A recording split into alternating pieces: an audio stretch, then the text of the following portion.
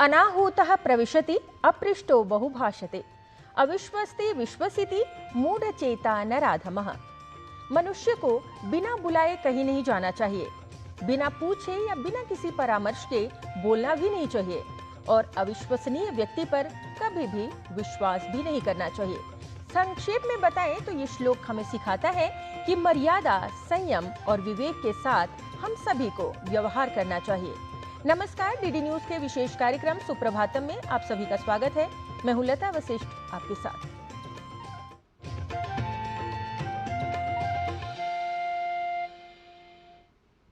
और कार्यक्रम के आरंभ में हम बात करेंगे पंचांग की। स्वामी विवेकानंद कहते हैं कि समय जीवन की सबसे अधिक मूल्यवान संपत्ति है। जो व्यक्ति प्रत्येक क्षण का सदुपयोग करते हुए निरंतर पुरुषार्थ करता है, वही अपने लक्ष्य को प्राप्त करता है, समाज और राष्ट्र के लिए भी उपयोगी बनता है। भारतीय कालगणना पर आधारित देखिए पंचांग, जो समय को व्यवस्थित करने में सहायक सिद्ध होता है। आज का पंचांग युगाब्द 5128, विक्रम संवत 2083, शक संवत 1948, उत्तरायण, ज्येष्ठ मास, शुक्ल पक्ष, दशमी तिथि, बुधवार, चित्रा नक्षत्र। आज का दिन सभी के लिए मंगलमय हो। और पंचांग के बाद अब बात करेंगे सुभाषित की। कहते हैं किसी भी कार्य को पूरा करने के लिए परिश्रम की आवश्यकता होती है। कहा गया है उद्यमेन हि सिद्ध्यन्ति कार्याणि न मनोरथैहि। पर क्या आप जानते हैं कि परिश्रम के साथ एक और आवश्यक गुण है जो कार्य को अधिक जल्दी और अच्छे से पूरा करने के लिए सहायक होता है? वो गुण है उत्साह। समृद्धि वही स्थिर होती है जहां उत्साह और नीति, इन दोनों का संतुलन होता है। उत्साह और नीति के साथ किया गया परिश्रम सभी क्षेत्रों में अधिक जल्दी और संतोष देने वाला परिणाम दिलाता है। इसी बात को स्पष्ट कर रहा है आज का सुभाषित।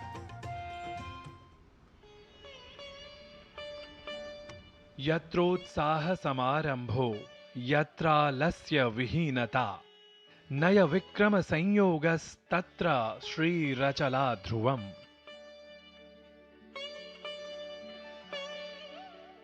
जहां परिश्रम राष्ट्रभक्ति के प्रखर उत्साह से प्रेरित होता है, जहां आलस्य से पूर्णतः रहित होकर निरंतर कर्तव्य किए जाते हैं और जहां विनम्रता साहस के साथ संतुलित होती है, वहीं त्याग, तप और समर्पण से राष्ट्र की समृद्धि सदा अटल और चिरस्थायी बनी रहती है।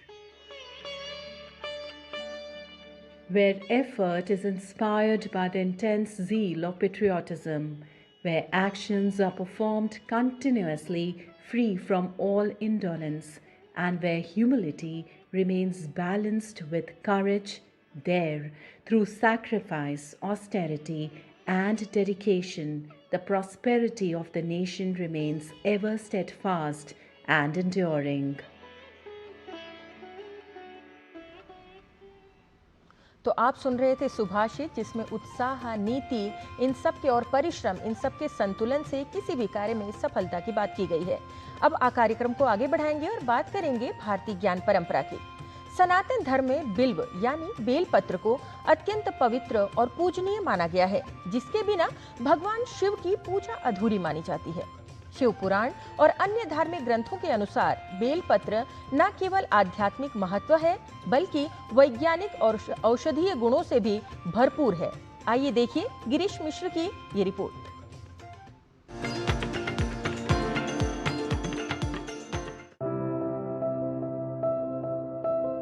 एक ऐसा पत्ता जिसके बिना देवों के देव महादेव की पूजा अधूरी है। एक ऐसा वृक्ष जिसके कण कण में साक्षात मां पार्वती का वास है। लेकिन क्या आप जानते हैं कि जिसे हम सिर्फ श्रद्धा का प्रतीक मानते हैं, वो असल में असाध्य बीमारियों का काल है। कैंसर से लेकर डायबिटीज तक और पेट की हर बीमारी का अचूक इलाज छिपा है इस एक पेड़ में। बिल्व यानी बेलपत्र के उन रहस्यों से जिन्हें जानकर विज्ञान भी हैरान है। शास्त्रों में कहा गया है त्रिदलम त्रिगुणाकारम त्रिनेत्रम च त्रियायुधम, यानी 3 पत्तियों वाला यह बेलपत्र सिर्फ एक पत्ता नहीं बल्कि त्रिदेवों का साक्षात स्वरूप है। स्कंद पुराण के अनुसार एक बार माता पार्वती के पसीने की बूंद मंदराचल पर्वत पर गिरी और उसी से बिल्व के पेड़ की उत्पत्ति हुई। यही कारण है कि इसके पत्तों में माता पार्वती के 9 रूप वास करते हैं। शिव पुराण कहता है कि जो कोई भी श्रद्धा से महादेव को एक बेलपत्र सौंप देता है उसके 3 जन्मों के पाप नष्ट हो जाते हैं। बेलपत्र चढ़ाने का भी एक विज्ञान है। हमेशा उल्टा पत्ता यानी चिकना हिस्सा नीचे शिवलिंग पर चढ़ाया जाता है ताकि पत्ती में मौजूद ऊर्जा सीधे शिवलिंग के माध्यम से ब्रह्मांड में प्रवाहित हो सके। इसे अनामिका और अंगूठे से पकड़कर ही चढ़ाना चाहिए। लेकिन बेलपत्र की महिमा सिर्फ धर्म ग्रंथों तक सीमित नहीं है। आयुर्वेद में इसे अमृत फल और महाऔषधि कहा गया है। अगर आपकी शुगर अनियंत्रित है तो सुबह खाली पेट 3 बेलपत्र चबाना आपके इंसुलिन लेवल को प्राकृतिक रूप से नियंत्रित कर सकता है। गर्मियों के मौसम में इसका फल पेट के लिए किसी वरदान से कम नहीं है। कब्ज, गैस, एसिडिटी और कोलाइटिस जैसी पेट की गंभीर बीमारियों को यह जड़ से खत्म करने की ताकत रखता है। बिल्व में टैनिन, फ्लेवोनॉइड्स और कुमारिन जैसे तत्व होते हैं। यह एंटी इन्फ्लेमेटरी है। अगर किसी को पुरानी खांसी या अस्थमा है तो इसके पत्तों का रस शहद के साथ देने से तुरंत आराम मिलता है। यह शरीर की रोग प्रतिरोधक क्षमता को कई गुना बढ़ा देता है। वास्तुशास्त्र के अनुसार जिस घर के आंगन में बेल का वृक्ष होता है वहां कभी तंगहाली नहीं आती। इसे श्री वृक्ष भी कहते हैं, जो साक्षात लक्ष्मी जी का वास स्थान है। यह पेड़ अपने आसपास की हवा को इतनी तेजी से शुद्ध करता है कि सांप और बिच्छू जैसे विषैले जीव इसके पास नहीं फटकते। हमारे पूर्वज और ऋषि मुनि कितने दूरदर्शी थे, जिन्होंने जिस पौधे को हमारी आस्था से जोड़ा उसके पीछे एक गहरा स्वास्थ्य और पर्यावरण का विज्ञान छिपा था। बेलपत्र सिर्फ भगवान शिव की पूजा का साधन नहीं बल्कि हमारे सुखी और स्वस्थ जीवन की चाबी है। गिरीश मिश्र, डीडी न्यूज।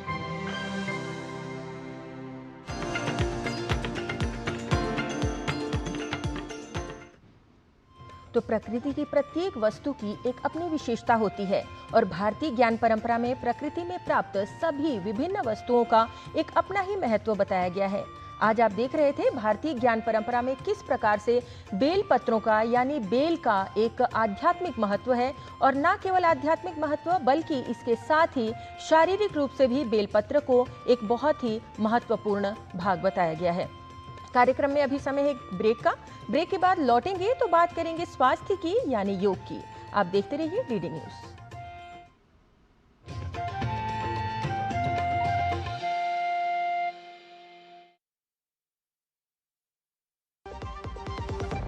खाने में मेरी क्वीन के लिए क्या है? किंग मटर पनीर, किंग बैगन भरता, king veg pulao, king palak paneer kofta. ये सब किंग क्यों?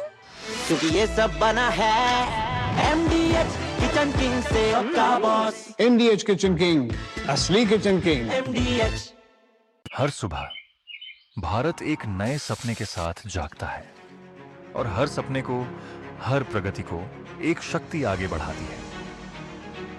पिछले 12 वर्षों में बढ़ते कोयला उत्पादन और मजबूत सप्लाई के साथ देश की ऊर्जा सुरक्षा को नई मजबूती मिली। विकास को जिम्मेदारी और भविष्य से जोड़ते हुए पर्यावरण और विविधीकरण को भी नई दिशा मिली। क्योंकि प्रगति सिर्फ संरचनाओं में नहीं, लोगों के जीवन में भी नजर आनी चाहिए।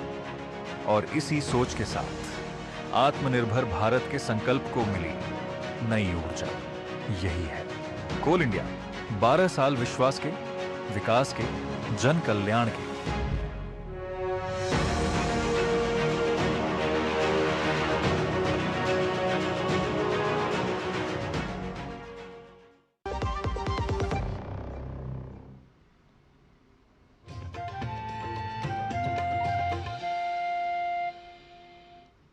ब्रेक के बाद सुप्रभातम कार्यक्रम में आपका पुनः स्वागत। चलिए अब बात करेंगे आयुर्वेद की यानी योग की, स्वास्थ्य की। स्वस्थ रहने की इस यात्रा में हम आपके लिए लेकर आए हैं स्पेशल हेल्थ सीरीज, जिसमें स्वास्थ्य को समग्र दृष्टिकोण में दिखाया जाता है। तो चलिए योग 360 में जहां प्राकृतिक तरीके से आहार, आसन, औषधि के नियम बता रही है हमारी सहयोगिनी किरण भारद्वाज।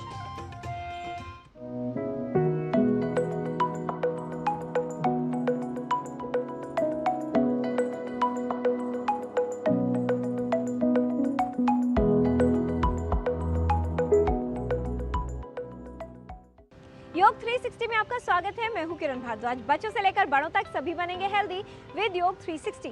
बीपी दिखाई नहीं देता, लेकिन अगर अनियंत्रित रहे तो नुकसान बहुत करता है। हाई बीपी को इग्नोर किया तो स्टोरी छोटी नहीं रह जाती, बात बिगड़ सकती है और परिणाम हो सकता है डेंजरस, क्योंकि बात पहुंच सकती है किडनी फेलियर तक। क्या आप जानते हैं कि हर 3 में से एक हाइपरटेंसिव पेशेंट के गुर्दे धीरे धीरे खराब हो जाते हैं और उसे पता ही नहीं चलता। जब तक लक्षण आते हैं तब तक बहुत देर हो जाती है। तो आज आपको बताते हैं कि बीपी को कैसे रखें कंट्रोल में, जिससे आपके गुर्दे रहें हमेशा परफेक्ट और हेल्दी रोल में। हाइपरटेंशन यानी उच्च रक्तचाप एक आम समस्या है जिसके कई दुष्परिणाम हो सकते हैं। क्या आप जानते हैं कि उच्च रक्तचाप आपके गुर्दों को प्रभावित कर सकता है? हमारी किडनी शरीर का महत्वपूर्ण अंग है जो खून को साफ करने, अतिरिक्त पानी और विषैले पदार्थों को बाहर निकालने का कार्य करती है। जब ब्लड प्रेशर लंबे समय तक बढ़ा रहे यानी अनियंत्रित रहे तो ये किडनी की महीन रक्त वाहिकाओं को नुकसान पहुंचाने लगता है, जिससे गुर्दों की कार्यक्षमता धीरे धीरे कम होने लगती है। यदि आपको हाई बीपी है तो कुछ संकेतों का ध्यान रखना आवश्यक है। पैरों व टखनों या चेहरे पर सूजन आना, बार बार या कम पेशाब आना, लगातार थकान महसूस होना, भूख कम लगना या सांस फूलना। अगर ऐसे लक्षण हैं तो तुरंत विशेषज्ञ को दिखाना चाहिए। गुर्दों को सुरक्षित रखने के लिए सबसे महत्वपूर्ण है अपने रक्तचाप को नियंत्रित रखना, और इसमें उपयोगी हैं कुछ सरल प्राकृतिक उपाय। बीपी बढ़े तो खतरा बढ़ जाए, धीरे धीरे गुर्दे साथ छोड़ जाएं। कीजिए नियमित रूप से ये यौगिक क्रियाएं जो बीपी को रखें कंट्रोल, किडनीज को डैमेज से बचाएं।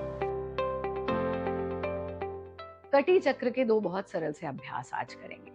इसके लिए हम अपने आसन पर लेट जाते हैं कमर के बल, और कमर के बल लेट करके हम यहाँ पर अपने मेरुदंड को, स्पाइन को बिल्कुल ढीला छोड़ देते हैं, और फिर फिंगर्स को इंटरलॉक करके इस तरह से सर के नीचे टिका दीजिए।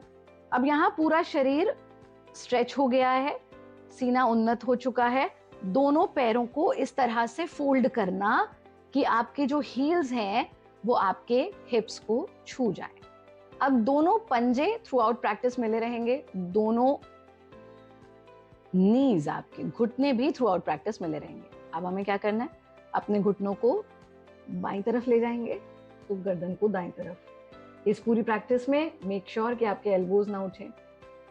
अब फाइनल पोजीशन में आपको 4 से 5 बार ब्रीद करना है। ये आपकी किडनीज पर सीधा सीधा प्रभाव डालेगा, उन्हें स्वस्थ रखेगा। फिर सांस छोड़ते हुए वापस आ गए। इसी प्रकार से सांस भरते हुए घुटनों को दाईं तरफ ले जाना और अपनी गर्दन को बाईं तरफ। यहाँ रुकिए, 4 से 5 बार लंबा गहरा सांस लीजिए और फिर वापस आ जाइए। इस पूरी प्रक्रिया को आप 3-3 बार दोनों तरफ दोहरा लें। पैरों को खोल दें, हाथों को भी वापस ले आएं, शरीर को शिथिल छोड़। दूसरे स्टेप में आप एक पैर को फोल्ड करेंगे इस तरह से कि आपके दाएं पैर का जो तलवा है, सोल है, वो आपकी बाईं इनर थाई को टच करे। अब हमें फोल्ड हुए पैर को उठाकर दूसरी तरफ लाना है जितना ला सकते हैं, लेकिन जमीन से छूने का प्रयास तो करेंगे घुटने को, पर कोहनी नहीं उठनी चाहिए। सांस छोड़ते हुए वापस आ गए। 5 बार या 3 बार एक तरफ से दोहराने के बाद पैरों की स्थिति परिवर्तित कर लीजिए। अब हम दूसरी तरफ से इसको रिपीट कर लेते हैं। फाइनल स्थिति में 5 बार आपको ब्रीदिंग जरूर करनी है, विशेष रूप से क्योंकि हम ये किडनीज के लिए कर रहे हैं। वापस आ जाएं, पैरों को खोल दें। और रिलैक्स कैसे होंगे? प्रयत्न शैथिल्यम, एब्सोल्यूट रिलैक्सेशन। जब बैठेंगे तो आप करवट लेकर के ही बैठेंगे, सीधा हमको नहीं बैठना। ये बहुत सरल से अभ्यास आप नियमित रूप से कीजिए। हाई बीपी होने पर सब कुछ लगता है नॉर्मल, दिखता है जैसे क्लियर स्क्रीन, लेकिन किडनीज को होने वाला डेंजर रहता है अनसीन। ये आहार बीपी को रखे कंट्रोल, किडनीज को रखे हेल्दी एंड क्लीन। बहुत सारे पेशेंट आजकल हमारे पास आते हैं जिनको पता ही नहीं चलता कि उनकी डैमेज हो गई है किडनी ब्लड प्रेशर के कारण। तो इसलिए अगर आपको अपनी किडनी को सुरक्षित रखना है तो कुछ आयुर्वेदिक आहार मैं आपको बता रहा हूँ। स्पेशली यदि आपको ब्लड प्रेशर है तो ब्लड प्रेशर को तो आपको ठीक रखना ही है, उसका उपचार तो करना ही है, लेकिन किडनी को प्रोटेक्ट करने के लिए बहुत अच्छा है कि आप हरी सब्जियों का सेवन करें, जो हल्की सुपाच्य सब्जियां जैसे लौकी है, तोरी है, टिंडा है, पेठा है, परवल बहुत अच्छा रहता है, इनको जो है सेवन करें। प्रोटीन कम रखना है, स्पेशली नॉनवेज, अंडा वगैरह या जो मीट का जो सेवन आपको नहीं करना है, क्योंकि प्रोटीन किडनी के ऊपर लोड डालता है ज़्यादा। नारियल पानी पिएं, बहुत अच्छा है। खीरे का जूस बहुत अच्छा है। आप जो है धनिया और जीरे का पानी, यानी कि पानी 1 कप पानी में थोड़ा जीरा थोड़ा धनिया उबाल लीजिए, उसको छान करके चाय की तरह भी पी सकते हैं और उसको ठंडा करके भी पी सकते हैं, बहुत अच्छा है। रात को अच्छी गहरी नींद बहुत इम्पॉर्टेंट है, आपकी नींद अच्छी रहनी चाहिए। नियमित रूप से आपको खाने का समय निर्धारित करना है, ऐसा नहीं कि दिन भर कुछ ना कुछ खाते रहिए। और मोस्ट इम्पॉर्टेंट है कि नियमित रूप से हल्का आपको व्यायाम भी करना है। खाने पीने में जंक फूड, प्रोसेस्ड फूड, ज़्यादा नमक वाली चीज़ें, जो पैकेट वाली चीज़ें होती हैं, उनका सेवन बिल्कुल नहीं करें। और किडनी का रोग यदि आपको हो गया है तो एक अच्छे क्वालिफाइड आयुर्वेदिक डॉक्टर से अवश्य परामर्श करें। बीपी बढ़ता है चुपचाप, बिगड़ जाता है सेहत का हिसाब, किडनीज बोल नहीं पाती, धीरे धीरे हो जाती है खराब। ये औषधियाँ गुर्दों को रखेंगी सुरक्षित, हाई बीपी को देंगी सही जवाब। हाई ब्लड प्रेशर होने के जो प्रमुख कारण होता है वो मानसिक जो कॉज, मेंटल जो रीजन फैक्टर्स होते हैं वो होता है। सबसे उसमें जो प्रायः जो प्रमुख होता है वो है स्ट्रेस, माने चिंता। बहुत सारी आयुर्वेदिक औषधियाँ हैं जिससे हम स्ट्रेस कम करके हम हाई ब्लड प्रेशर को कंट्रोल कर सकते हैं। उसमें जो प्रमुख औषधि है वो है सर्पगंधा। जैसे सर्पगंधा टैबलेट हमने 1 से 2 गोली पेशेंट को सुबह शाम 2 बार दे दिया। ब्राह्म रसायन हो गया, ब्राह्मी वटी हो गई, शंख पुष्पी सिरप हो गया या शंख पुष्पी वटी हो गई।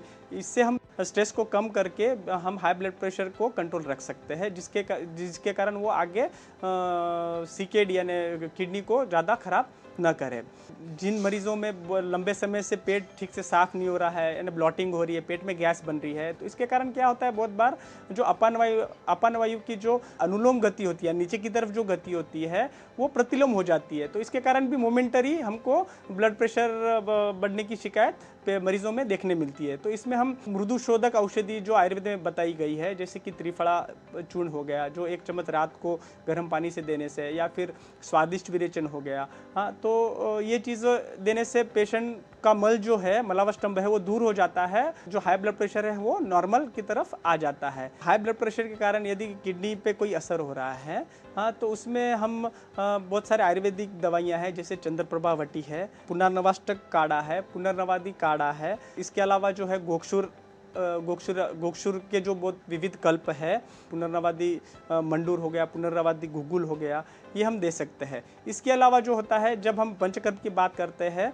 किडनी डिजीज़ पे, तो उसमें बस्ती का बहुत अच्छा उपयोग होता है, खास तौर पे पुनर्नवाष्टक काढ़े की बस्ती या पुनर्नवादी काढ़े की बस्ती। किडनी पे जो असर हो रहा है उसको काफ़ी हद तक हम कम कर सकते हैं।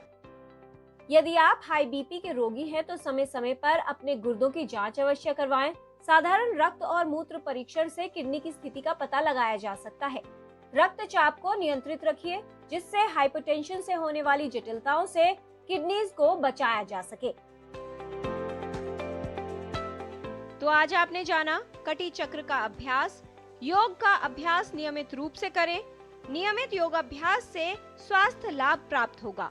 रक्तचाप को नियंत्रित रखने व गुर्दों को सुरक्षित रखने में उपयोगी है योग। नारियल पानी, सुपाच्य भोजन व हरी सब्जियों का सेवन करें। धनिया और जीरे का पानी पीना लाभकारी है। प्रोटीन व मांसाहारी भोजन न खाएं। नमक, जंक फूड और प्रोसेस्ड फूड का सेवन न करें। सर्पगंधा, ब्रह्म रसायन व ब्राह्मी वटी का सेवन उपयोगी है। शंख पुष्पी सिरप या शंख पुष्पी वटी का सेवन कर सकते हैं। स्वादिष्ट विरेचन, गोक्षूर के कल्प व चंद्रप्रभा वटी लेना लाभकारी है। पंचकर्म कराएं, बस्ती क्रिया कराना लाभकारी है। बीपी को मत समझिए सिर्फ एक नंबर, ये है किडनीज का स्लो पॉइजन स्लंबर। ना कोई दर्द, ना कोई अलार्म। हाई बीपी करता है गुर्दों को चुपचाप हार्म। थोड़ी सी केयर, थोड़ा परफेक्शन। बीपी कंट्रोल ही है किडनीज के लिए रियल प्रोटेक्शन। हेल्थ संबंधित जानकारी हम अब तक ऐसे ही लाते रहेंगे, आपको हेल्दी बनाते रहेंगे। बच्चों से लेकर बड़ों तक सभी बनेंगे हेल्दी विद योग 360।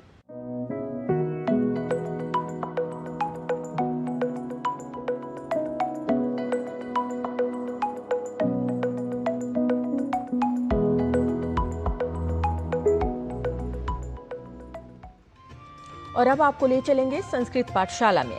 लेकिन संस्कृत पाठशाला में जाने से पहले आज मैं आपको एक श्लोक बताऊंगी। यद्यपि बहुनाधीशे तथापि पठपुत्र व्याकरणम स्वजनः स्वजनो मा भूत सकलः शकलः सकृत शकृत। इस श्लोक का अर्थ है, एक पिता या एक गुरु अपने पुत्र को समझाते हैं कि यद्यपि तुम्हारा पढ़ाई में मन नहीं लगता, फिर भी व्याकरण यानी ग्रामर को थोड़ा बहुत समझ लो, क्योंकि जो शब्द प्रयोग किए जाते हैं, संस्कृत के शब्द जो प्रयोग किए जाते हैं, उनमें एक ही शब्द के कई अर्थ होते हैं और उन कई अर्थों को समझने के लिए शब्दों का शुद्ध प्रयोग आवश्यक है। और इन्हीं शब्दों के शुद्ध प्रयोग सिखा रहे हैं हम संस्कृत पाठशाला में, और इसके लिए चलते हैं अपने सहयोगी डॉक्टर नारायण दत्त मिश्र के पास।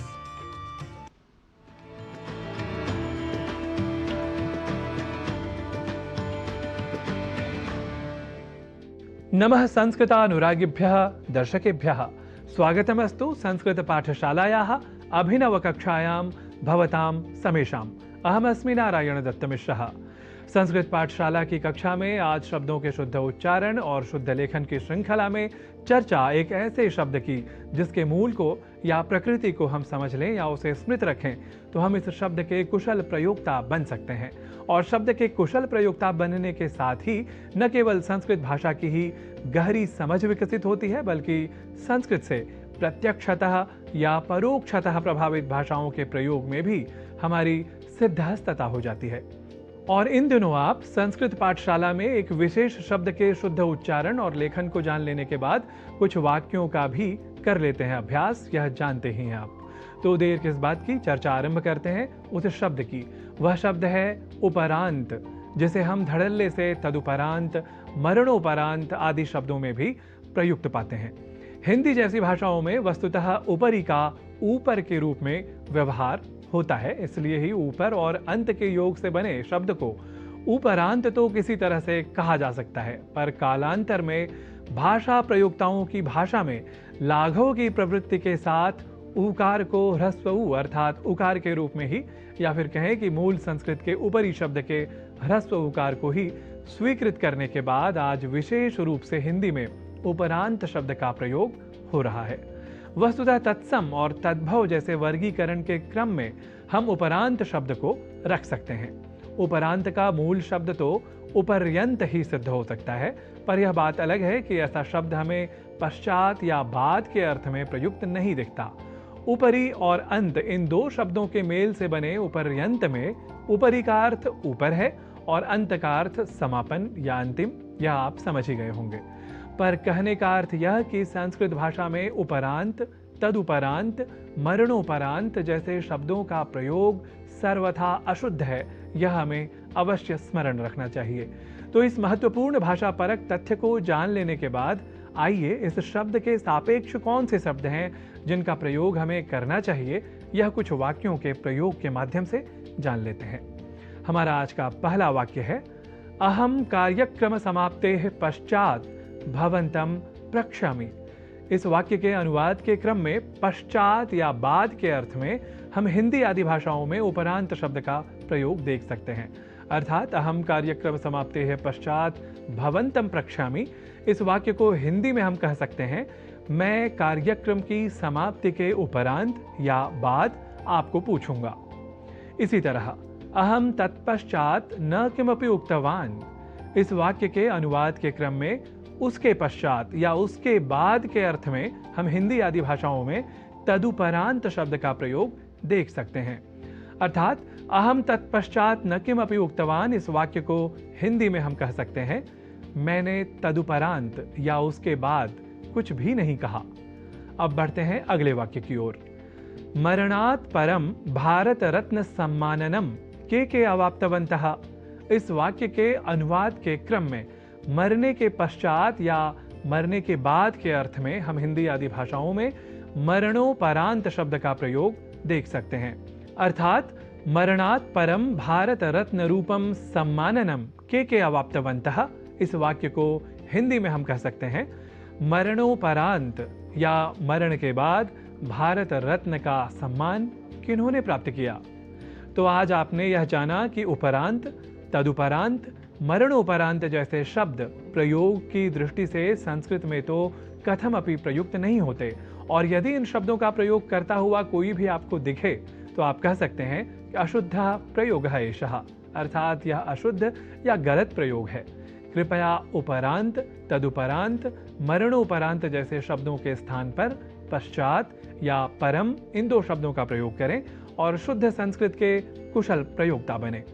तावत् पुनरायास्यामि अभिनव शब्दं स्वीकृत्य अधुना प्रत्यागमनाय अनुमतिः देया। नमोस्तु सर्वेभ्यः।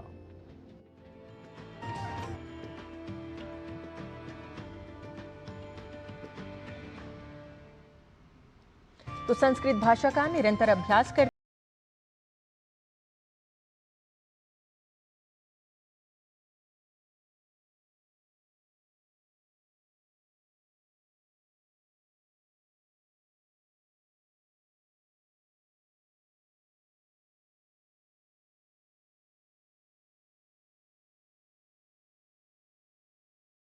है, वही नए अवसरों को पहचानता है और अपने लक्ष्य तक पहुंचता है।